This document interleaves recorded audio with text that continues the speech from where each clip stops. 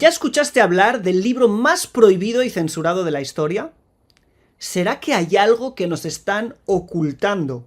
¿Alguna conspiración alrededor del libro de Enoch? En este vídeo voy a revelarte lo que nunca nos contaron acerca de este libro. Y quédate hasta el final porque hay una colaboración muy especial de un rabino, un querido amigo, que nos contará una experiencia paranormal alrededor de este libro. Y vamos a ver muchas cosas que nos van a sorprender en este vídeo.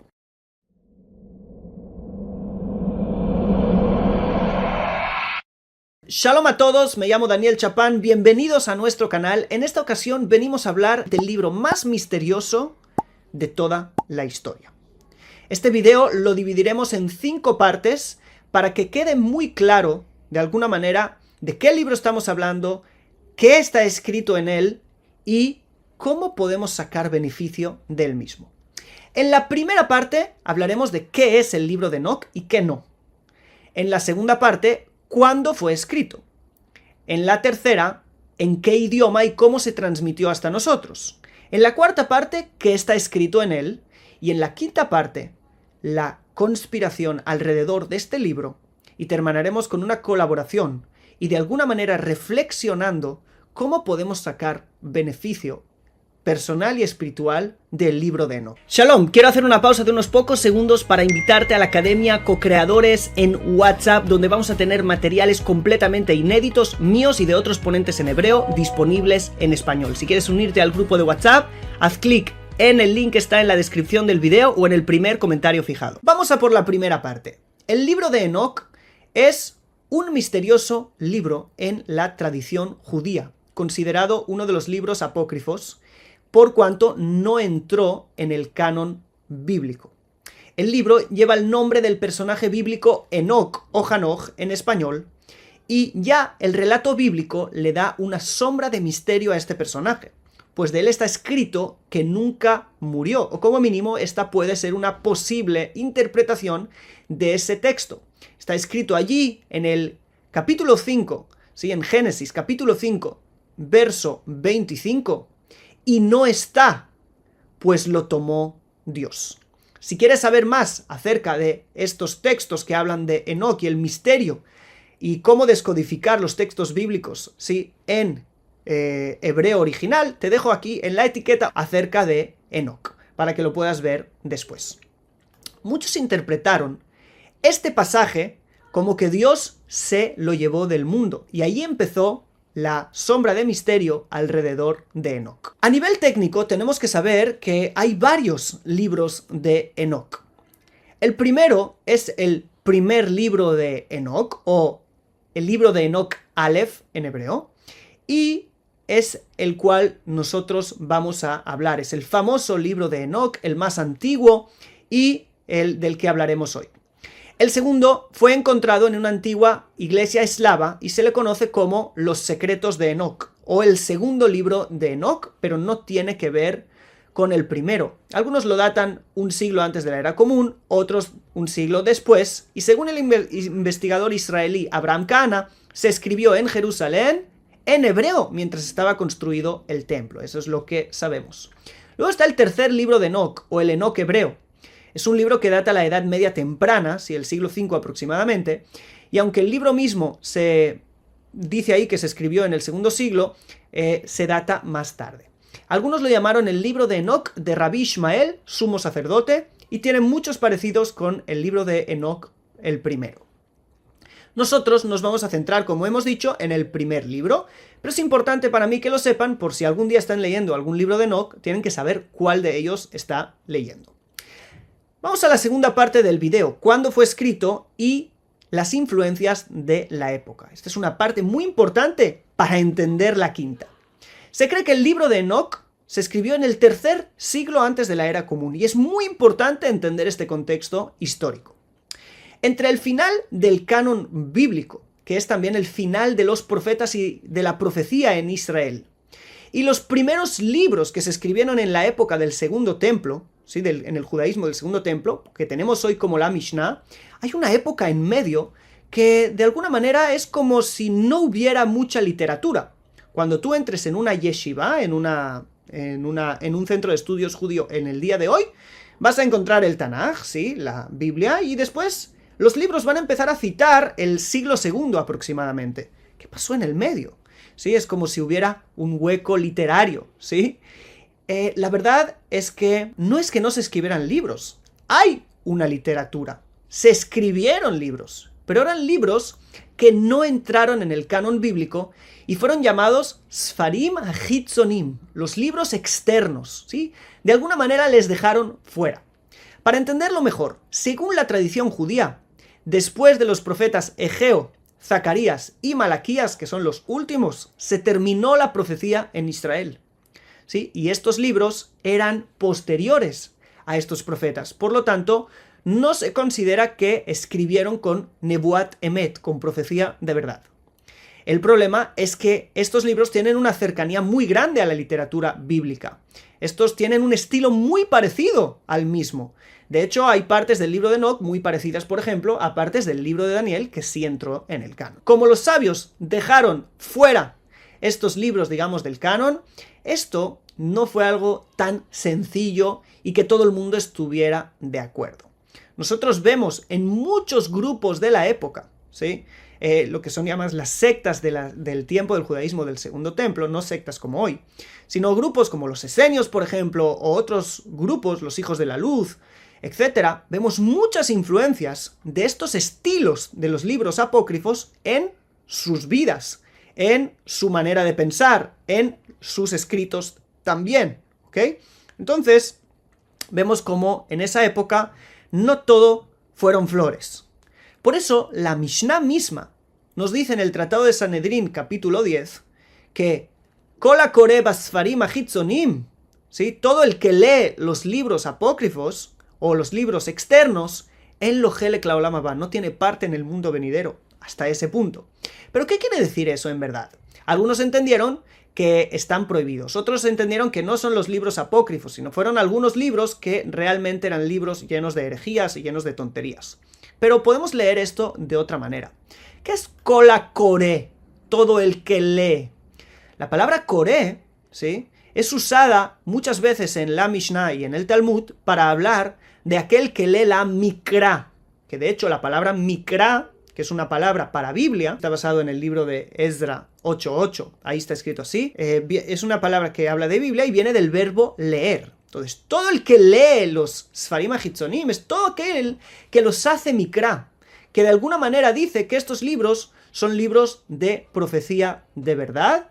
Esos son los que de alguna manera se fue dicho de ellos lo que fue dicho. Pero, ¿por qué? Parece ser que había una lucha oculta, ¿sí?, contra otras tradiciones, como hemos dicho. Pero ¿por qué es tan importante? Antes de explicar por qué es tan importante, quiero decirte que también si examinas los libros de la tradición rabínica, la tradición judía, ¿sí?, los libros apócrifos no son tan malos. Son libros que han sido citados. Por ejemplo, el libro Ben Sirá es citado en el Talmud, y como explicaremos, el libro de Enoc es citado en el Zohar varias veces. Lo único que hay que tener bien claro la diferencia. Hay el Tanaj y hay libros externos, son otra cosa. El ser otra cosa es algo muy importante para los sabios.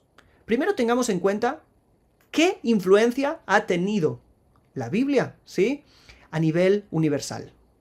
Esta influencia tan grande, de alguna manera fue prevista por los sabios, que cuando cerraron el canon lo cerraron con un mensaje específico para conseguir una consecuencia, ¿sí?, específica. Cuando nosotros leemos el Tanaj, ¿sí?, en general, este es armónico, mientras que estos libros Hitzonim tienen otro tipo de mensaje. Déjame ponerte un ejemplo. El Tanaj nos habla muchísimo del día a día, de la vida de la persona, del tikkun del mundo, la rectificación de este mundo, de la rectificación de la vida de la persona aquí, qué es lo que la persona tiene que hacer aquí, cómo ser morales en este mundo. Hay un enfoque muy grande aquí, hasta el punto que en todo el Tanaj no encuentras recompensa espiritual por el cumplimiento de los preceptos. Lo que sí encuentras es recompensa aquí, por el cumplimiento de los preceptos. De hecho, en la lectura del Shema Israel, la lectura más importante, vemos que ¿qué hay en recompensa del cumplimiento y de amar a Dios esto? Lluvia para nuestros campos, ¿sí? Se saciarán nosotros y nuestros animales, etcétera, etcétera, etcétera.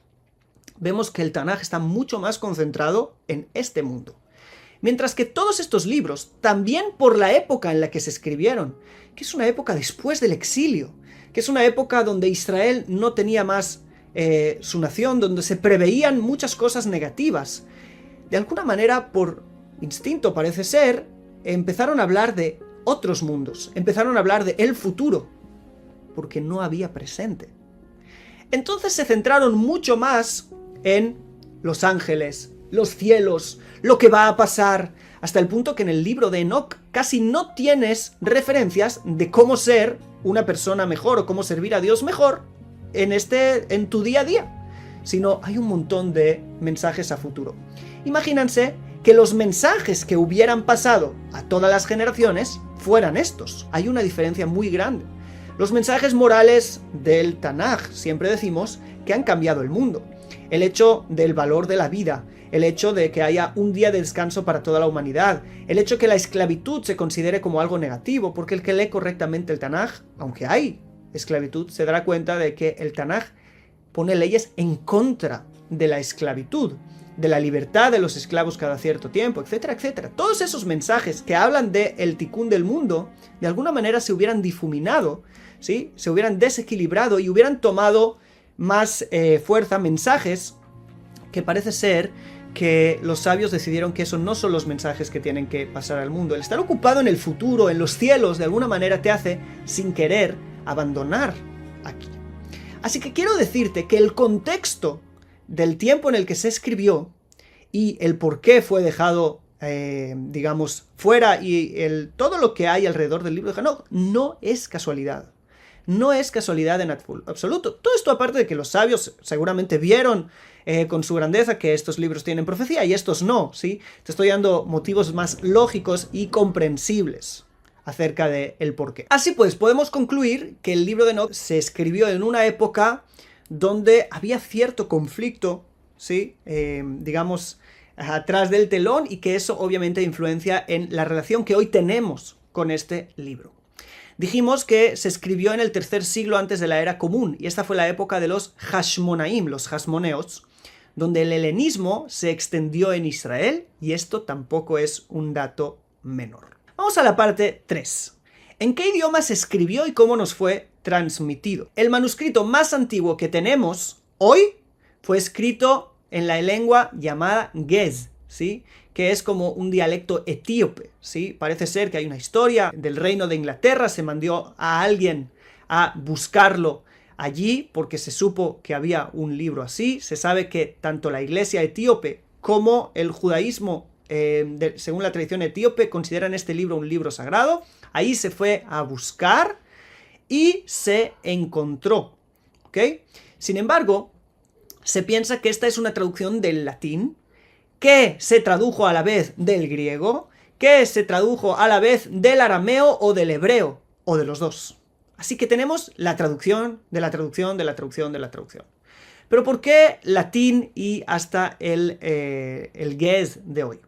Porque quien conservó este libro fue la iglesia cristiana, que ellos lo consideraron, algunos de ellos, y sobre todo la iglesia etíope, que hemos dicho que sí, que lo canonizó y todo, un libro sagrado, ¿sí?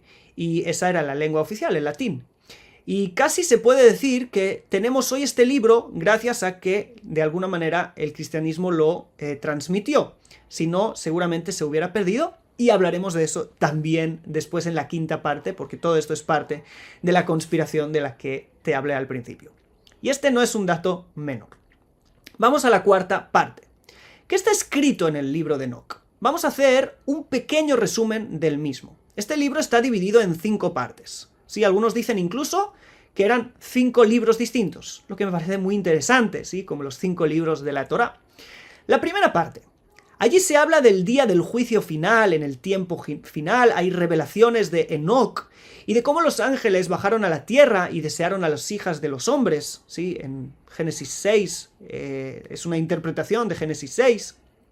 Y ahí está escrito que los ángeles le enseñaron a los hombres cosas malas, ¿sí? Como hacer armas y otras cosas, como que la corrupción vino de los ángeles, que esto dio lugar al diluvio de los ángeles malos, obviamente. Y en esta parte también se cuenta cómo Enoc subió al cielo a través de ángeles que lo llevaron, y hay una descripción detallada de los diferentes cielos que hay. Conceptos como los 7 cielos están escritos allí, como que en el tercer cielo está el paraíso, etcétera, etcétera.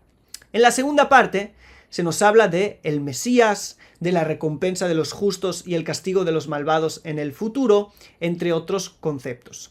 La tercera parte habla del calendario, que según este libro, muy interesante, tiene 364 días, y también nos habla mucho de astronomía y de cómo está hecho el calendario.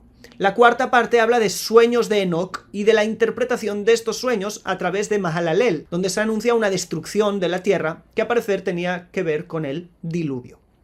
La quinta parte son profecías de Enoc acerca del futuro, ¿sí? Del temor divino, y aquí se habla un poquito de conceptos como el paraíso y el infierno, sí, otros conceptos que hasta el día de hoy se habla de ellos, y es más una parte, digamos, que sí tiene cierto grado de carácter moral. Vamos entonces a la quinta parte y la más importante. ¿Este libro es un libro sagrado? ¿Es un libro fiable?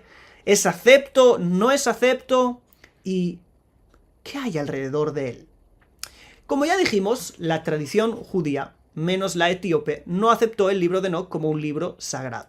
Pero aún falta preguntar, ok, no es parte del canon, lo hemos entendido, ¿pero es malo? ¿No se puede leer? ¿No se puede confiar en él? Cuando empecé a ahondar en este tema, me di cuenta que hay una parte de la historia que no nos han contado. Algo interesantísimo, algo como una conspiración, un drama histórico. Si preguntas a alguien común dentro del judaísmo acerca del libro de Enoc, primera, casi no sabe ni lo que es. No vas a encontrar este libro en un Bet Midrash o una yeshiva así, en ningún centro de estudios. Hasta que me dispuse a hacer este video, pensaba lo mismo. Pensé terminar este video diciendo, este es un libro que no se puede confiar, lleno de errores, lleno de conceptos equivocados, etcétera, etcétera. Y no quiero decir que este sea un libro perfecto, que no tiene problemas, etcétera. Pero quiero abrir algo aquí. Mi colega el Rav Gael Aluf me dijo en una ocasión que hay decenas de veces que el Zohar cita el libro de Enoc, lo que se llama allí Safra de Hanoch, y a veces citándolo literalmente. Lo más sorprendente para mí fue encontrar una cita del Zohar que me cambió todo el prisma. Te la voy a leer palabra por palabra. Dijo Rabbi Shimon, si hubiera estado en el mundo en el tiempo cuando el santo bendito sea dio el libro de Enoc en el mundo y el libro de Adán, me hubiera esforzado para que no hubieran estado estos libros entre los hombres, por cuanto todos los sabios no supieron meditar en él y se equivocaron con otras cosas, sacándolo de un dominio superior a otro dominio. Y ahora pues, los sabios del mundo, ¿sí? Los que no son de Israel, saben cosas y las ocultan y se fortalecen en el servicio a sus dioses. ¿Qué? ¿Te das cuenta de lo que acabamos de leer? Hay aquí mucho que tener en cuenta. Lo primero, dice el Zohar, en el tiempo que el santo bendito sea dio el libro de Enoc en el mundo. ¿El santo bendito sea lo dio? Segunda cosa, ¿todos los sabios no lo comprendieron y lo sacaron a otro dominio? Es decir, de alguna manera este libro ha sido rechazado de alguna manera por los sabios, y eso causó que otros tomaran este libro como sagrado y que ya esté en otro dominio. Entendamos qué significa esto a nivel histórico. Ya dijimos que hubo sectas distintas en esa época, sectas como los esenios que exageraron con el apocalipsis, los contenidos de estos libros, etc. Huyeron al desierto, dejaron el día a día, pensaron que el mundo eran guerras de ángeles, la luz contra la oscuridad, desconectando completamente de la realidad, para convertirse realmente en grupos desconectados de todo. Otro grupo que se supone que adaptó el libro de Enoc como algo válido fueron los primeros cristianos, pues el libro de Enoc se citó en el Nuevo Testamento y hay pasajes del mismo que no tienen sentido solo a partir del libro de Enoc, según la interpretación obviamente de algunos. Algunos me vais a decir, no, yo soy cristiano y no acepto el libro de Enoc. Ok, pero algunos sí lo aceptaron y además está citado ahí. Y aunque no fue entrado en el canon, menos por la iglesia etíope, como ya dijimos, hay gran discusión si este libro era común entre los primeros cristianos o no. Pero parece ser que sí. De todas maneras, mucho del carácter del libro de Enoch se encuentra en la teología cristiana y eso no se puede negar. Ángeles que se rebelan, ¿sí? Satanás, el ángel revelado, se revela contra Dios, guerras del bien y del mal, un Mesías con mucho carácter espiritual. Le pregunté a ChatGPT que me diga cómo es el Mesías según el libro de Enoch. Y me dijo cosas como esta. En el libro de Enoch, el Mesías es descrito como el Hijo del Hombre, y se presenta como una figura cósmica que desempeña un papel importante en la salvación de la humanidad, y en la lucha contra las fuerzas del mal. En el libro de Enoch, el Mesías es presentado como una figura preexistente que existía antes de la creación del mundo. Se le describe como el elegido, y bendecido ante la existencia y un Hijo del Hombre que tiene justicia, y con el cual se ha revelado toda la justicia. Así que quizás a partir de este libro se desarrollaran algunas ideas, ¿sí?, de algunos de los grupos de la época del Segundo Templo, ¿sí?, a partir de interpretaciones de libros como este. Lo que es obvio que, por ejemplo, para Rabbi Akiva, ¿sí?, que vio a Bar Kokhba como el Mesías, estas cosas no eran así, como mínimo no en un sentido literal. Y aunque él no fue, pero el patrón como mínimo quedó claro de que no estaban esperando a alguien como en el libro de Enoch. Y ahora veamos la opinión de Rabbi Shimon Bar Yochai, que era también alumno de Rabbi Akiva. Por un lado vemos el Zohar, que es la tradición oculta, y por otro lado tenemos a Rabbi Shimon ben Yochai en la tradición más revelada. Por ejemplo, en el Midrash Bereshit Rabbah dijo así: y vieron los hijos de Dios, ¿sí?, citando a Bereshit 6, las hijas de los hombres, y dice Rabbi Shimon les llamó hijos de los jueces a estos hijos de Dios, ¿sí? Benei Elohim, Elohim significa jueces, y Rabbi Shimon Bar Yochai maldijo a todo el que les llame hijos de los ángeles. Pero ¿dónde está escrito que una interpretación de que estos eran hijos de ángeles? Esos hijos de Dios eran ángeles. En el libro de Enoch. ¿Y por qué si Rabbi Shimon nos dijo antes, ¿sí?, que el libro de Enoch es un libro que era un libro dado por Dios y que era un libro que no fue entendido? Y ahora nos dice esto. Y más, la interpretación que estos eran ángeles no está solo en los libros fuera de la tradición rabínica, sino también dentro. Libros como Pirkei de Rabbi Eliezer, ¿sí?, que es un Midrash, o el Midrash Yalkut Shemoni, o incluso el mismo Zohar, escrito por Rabbi Shimon en varios lugares. Por ejemplo, parte 1.37a o parte 1.55a, nos dice que estos Benei Elohim se pueden entender como ángeles. Así que ahora ya la confusión es total. Lo que no tengo duda es que hay aquí algo que no se nos ha contado. Pero creo que las palabras de Rabbi Shimon Bar Yochai se pueden explicar claramente. El libro en sí es bueno, pero como no supieron interpretar los secretos ocultos en él, e interpretaron muchas cosas a nivel literal, ¿sí?, como que realmente vinieron ángeles a juntarse con las mujeres, y no entendieron que hay conceptos espirituales detrás de estos mensajes, o que el Mesías existe antes de la creación, etc. Y no comprendieron que esos son mensajes profundos, secretos, que deben ser interpretados a partir de introducciones correctas, y no como fueron interpretadas seguramente en la época. Y ahora, al decir, ok, pues no queremos ocuparnos en este libro, eso hizo que el libro pasara a otro dominio, ¿sí? Si los que tenían las introducciones correctas para entenderlo no se ocuparon en él y dijeron, no, este libro fuera, ahora este libro pasó a manos de otros que interpretaron a su manera lo que quisieron interpretar. ¿Y qué dice Rabbi Shimon Bar Yochai en el Zohar? Dice, ahora personas fuera se fortalecen en el servicio a sus dioses. Es decir, como el libro en sí, en vez de ayudar en algo, fortalece ideas erróneas, dice Rabbi Shimon Bar Yochai. Pero como ya hemos dicho, vemos que el Zohar sí cita el libro en decenas de ocasiones. Significa que en el Zohar están las introducciones correctas, ¿sí?, para entender estos conceptos sin caer en los errores que muchos cayeron en ellos por causa de leer libros como el libro de Enoch.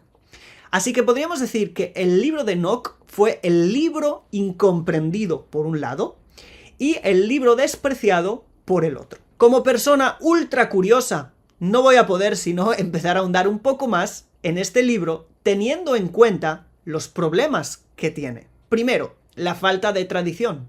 Ha sido un libro que fue encontrado hace unos 4 siglos aproximadamente. ¿Qué habrá pasado con estos manuscritos? ¿Qué se habrá añadido allí? ¿Qué se habrá quitado? ¿Qué no hay una transmisión fidedigna alrededor de él? Segundo, tantas traducciones que pasó.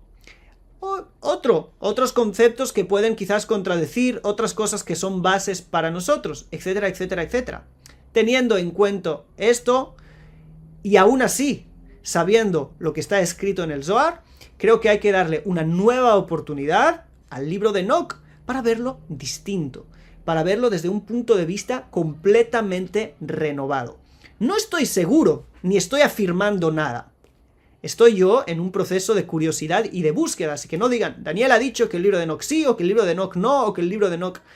Yo no he dicho nada, solo he presentado algunos hechos, algunas cosas escritas, y creo que las personas buscadoras y curiosas no tienen sino que seguir investigando acerca de el mismo libro. Sobre todo, después de escuchar lo que me contó el Rav Daniel Hinerman, mi gran colega y amado, que voy a compartir con vosotros ahora una conversación que tuve con él.